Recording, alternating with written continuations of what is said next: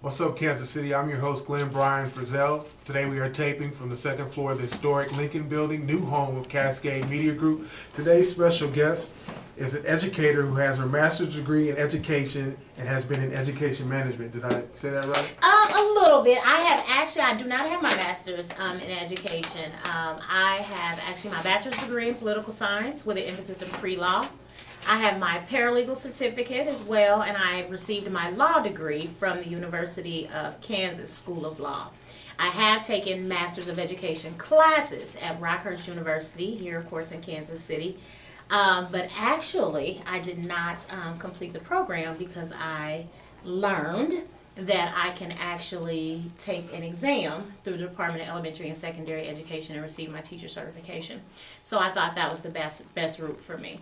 You have a law degree. Why are we focusing on education? And I don't mean to say that, but bluntly as possible. Can you tell us why? Absolutely. After finishing law school, my dad was gravely ill. My goal from the time I could talk, my parents tell me, was to go to law school and be a sports and entertainment lawyer. That's all I talked about. But, you know, when you go through trying times in your life, your perspective can change and it can shift. So after my dad passed away, I kind of regrouped. And at that time, there was a shortage of educators in the Kansas City public schools. And there was a call made out to people from other professions to come into the classroom. And I heeded the call because I wasn't sure that I wanted to practice, which 50% of law school graduates do not practice. Really? And went into the classroom because I was a product of the district. And I felt that I could give back that way. And once I stepped foot in the district, and into the classroom and into the profession of teaching, I have never left, and that's been about 13 years ago. I didn't mention there, I don't want to fail to mention, you're one of 9 candidates, Ms. Taylor, who have currently put in your name for 5 available seats for the April 8th school board election. Yes, I am an at-large candidate. There are 2 at-large seats opened up on the school board for this particular election coming up in April. And there have been 4 certified candidates for that seat, or those 2 seats. So I am excited to be in the race, and I hope that the constituency agrees with me that I am the candidate. I am the voice for those that don't necessarily always have a voice. And so you might hear throughout my campaign that I am the tailor-made voice for KCPS. Wow. And wow. I take that very seriously because oftentimes our parents don't feel heard, students don't feel heard, the community as a whole don't feel heard when it comes to the education of our children, and I want to be that voice for them. Wow, wow. So Kansas City School District, there's a lot to talk about there. We're excited to have you in the race as well. I want to make that point. How do you feel current superintendent, Dr. Stephen Green, how do you feel he's doing? I think Dr. Green and his team are doing a great job. He inherited what he inherited, a situation that was in chaos and hadn't been flourishing for some time. There had been a revolving door of superintendents, a lot of changes in educators at the building level and administration at the district level, and he has committed himself to be here and to be here for the long haul. His team, his cabinet, as he refers to them, has also committed themselves to being here. So we're on the right track. Will it be remedied overnight, some of the situations and circumstances that he inherited? Absolutely not. But in saying that, also, I understand that when we are dealing with the education of young people, we don't have the luxury of time to get it right.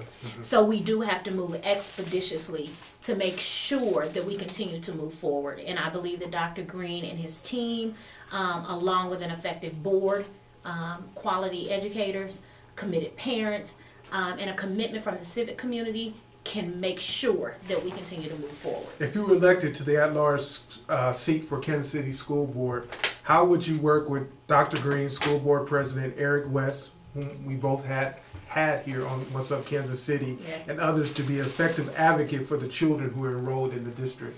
I think that it starts with understanding where we are now, where we're trying to go, and strategically mapping out a plan.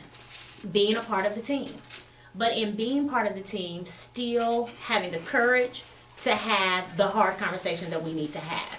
So many people, sadly, still don't know that the board creates policy. The only employee that we have is the superintendent.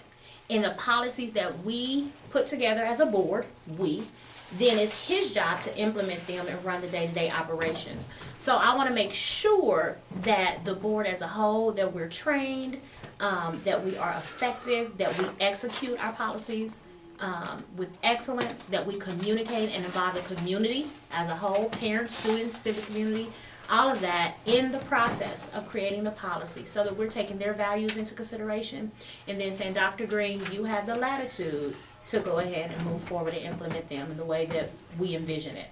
Ms. Taylor, how do you feel about charter schools being an effective resource tool for our youth? If a charter school is effective, which statistics are showing us that they are not as effective as they were thought to be, or it was hoped they would become, any institution that is not providing quality education doesn't need to be serving children. Mm-hmm. That is kind of my take on it. If a charter school is effective and they have a great program, being academics, parental involvement, quality educators, effective leadership and governance, I don't have anything to say. That's someone's choice that they've chosen to open up and run a charter school. That's parents' choice if they choose to send their children there. Do I think a system of charter schools is going to be effective in this district, in this city? Absolutely not. I do not believe in privatizing education. I think that it will take us back, a long way back, to separate and unequal education. I think that... That's an interesting correlation. Absolutely. I think that capitalism will play a big part in driving that vehicle. And we will put ourselves in a position where children that are undesirable in certain ways, in certain places, or people that don't want them in their particular charter school or their particular environment, they will be shunned. They will be in some way systematically excluded. And what do we do with them? If we say that all children are entitled to a quality education, let's provide that. We ought to mention there's a public hearing tonight at 6:30 p.m. at the Purcell Academy, 4747 Floor Avenue, which you said you will be attending. Absolutely. The school board is currently trying to change the transfer law, which says that while Kansas City School District is unaccredited, it will pay the cost to send students to nearby accredited schools. Ms. Taylor, the Missouri Department of Elementary and Secondary Education is gathering feedback from what columnist Louis Duguid called a tainted CEE trust report. It proposes to turn the Kansas City District into a loose-knit confederation of charter-like schools, each run by a nonprofit entity. I was just kind of backing up there. I see on your resume, Ms. Taylor, where you are a graduate of Southeast High School. Go Scarlet Knights. Southeast Knights and Ladies, absolutely. Ride or die. That's all I can say. It is a unique experience to have graduated from Southeast High School. We have an annual all-class alumni barbecue, which I am part of the team. Each year it grows and grows and grows. We had about 1,500 people last summer out to that particular event. We have an amazing alumni group. We continue to support each other personally and professionally. So I am calling all the knights and ladies out to support me in this campaign. We have a vested interest. Can you tell me how the Kansas City of then is different from the Kansas City of today, the Kansas City in which you grew up in? Oh, gosh. You know, all things change, all things evolve. I certainly can't say that it's any better or any worse, but it certainly is different. And in saying that, the education that I received was based on a model with neighborhood schools. The teachers lived in the community in which they taught. They were committed. They were there long term.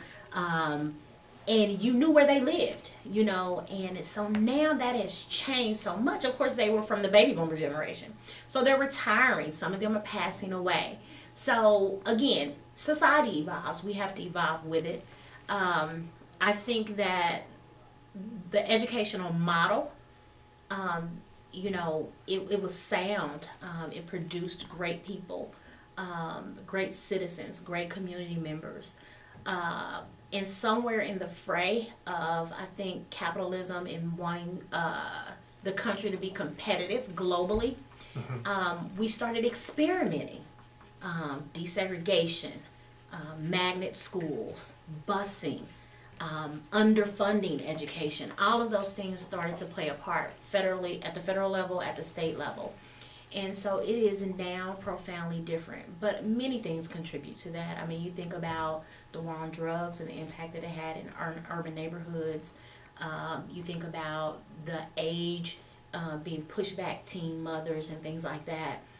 So many things contribute to where we find ourselves today. We talked a little bit earlier about solutions, that we need to not be so high-minded to where people who don't necessarily have the experience are talking and making lasting, impacting decisions that affect our children. Can you speak a little bit about the link between having great community members and having good education administrators who help our children along? I know when we talked before, one of the things that I said is there's a concept of education. There's a concept of business. I think we have to meet in the middle and address the business of education. I think for far too long, the civic community, which is needed in the conversation, is needed in our schools. We need those partnerships and relationships, but they have created policy as if this is a Fortune 500 company only, and it's not. These are educational institutions that we are dealing with. So in creating policy and creating legislation, as an educator, I challenge not only myself, but other educators to come outside of the four walls of the classroom and start being participatory in the legislative and policy-making process. Because we are the ones that know how we, as administrators and teachers, are affected, and then we also know how students and their families are affected. So for me, I am in my zone when I'm teaching. I love it. However, I have said that if I want to make a greater impact, utilize all the gifts, skills, and talents that I have, and do it in a way that broadly impacts our community, our children, our families, hence our city, our state, our nation, then I have to take a step of faith and say, I have to sit at the table. I was talking to a single mom on Facebook the other day, and her thing was, she's a teacher, and she is frustrated with the lack of communication between parents and teachers and students, to where a student who she's failed is coming to school with a $600 pair of headphones, talking about he's going to be a sports player or a musician, not really hankering down on those type of academics. The preacher, the teacher, the lawyer, the kind of people that our community really needs. You mentioned policy. My brother is also in school right now to be an educator. What type of policies do you believe will be effective in reaching that link between students, teachers, and parents? I think we have to be transparent. I think we have to invite parents, educators, and students to the table to converse.